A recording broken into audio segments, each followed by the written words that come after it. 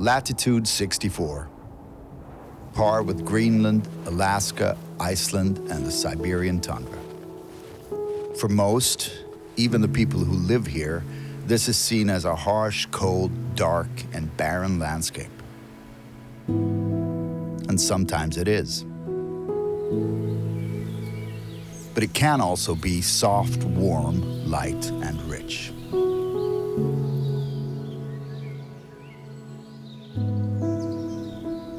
To move forward, a winemaker needs to put down roots. Sometimes those roots are a heritage, of family, of place, of tradition. At other times, they have to be planted where nothing like them has ever grown.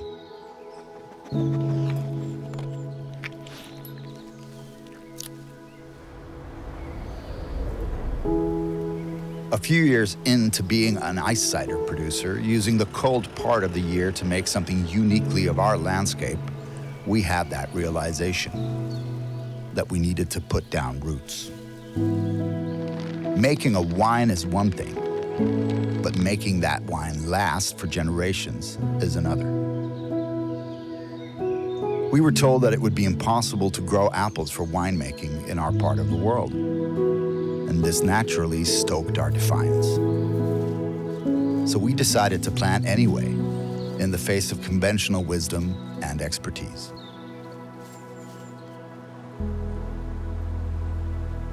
A small orchard at first, in 2014, 250 trees.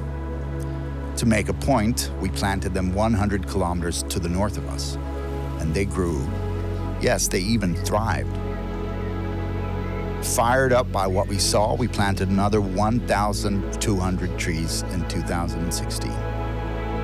Any cold hardy variety we could get our hands on. We made mistakes for sure, but they were our mistakes. The landscape and the weather could never be blamed for those mistakes. Nothing discouraged us or made us doubt.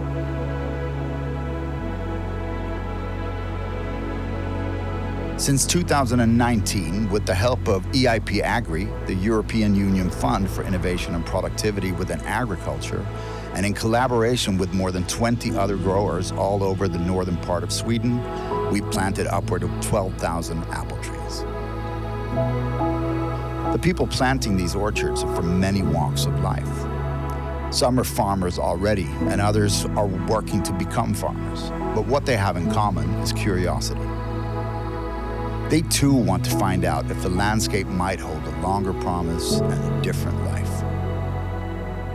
Together, combining our knowledge and experience from those first orchards with the land and faith and hard work of the growers involved, we're exploring the possibility of harnessing not just the cold half of the year, but equally the intense, rich, warm, and light summer months.